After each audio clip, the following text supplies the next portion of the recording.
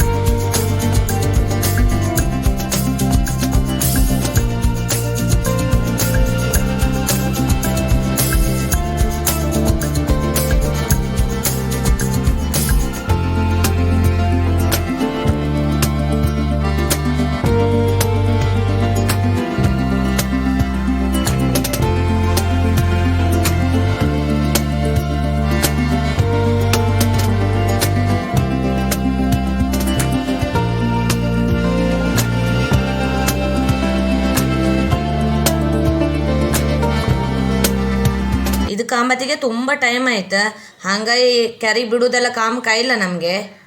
ಈ ಗಣಪತಿನ ಮಾಲಿಂಗೇಶ್ವರ ದೇವಸ್ಥಾನದಲ್ಲಿ ಕೆರೆಗೆ ಬಿಡ್ತ್ರ. ನಾವು ಅಷ್ಟು ಲೇಟ್ ಆತಂತ ಹೇಳಿ ನಾವು ಹೊರಡ್ತು. ನಮ್ಮ ಇವತ್ತಿಂದ ಈ ಗಣಪತಿದ ಮೆರವಣಿಗೆ ವಿಡಿಯೋ ನಿಮ್ಗೆ ಇಷ್ಟ ಆದರೆ ಪ್ಲೀಸ್ ಲೈಕ್, ಶೇರ್, ಕಮೆಂಟ್ ಮಾಡಿ. ಹಾಗೆ ಮರೆಯದೆ ನಮ್ಮ ಚಾನಲ್ನ ಸಬ್ಸ್ಕ್ರೈಬ್ ಮಾಡಿ.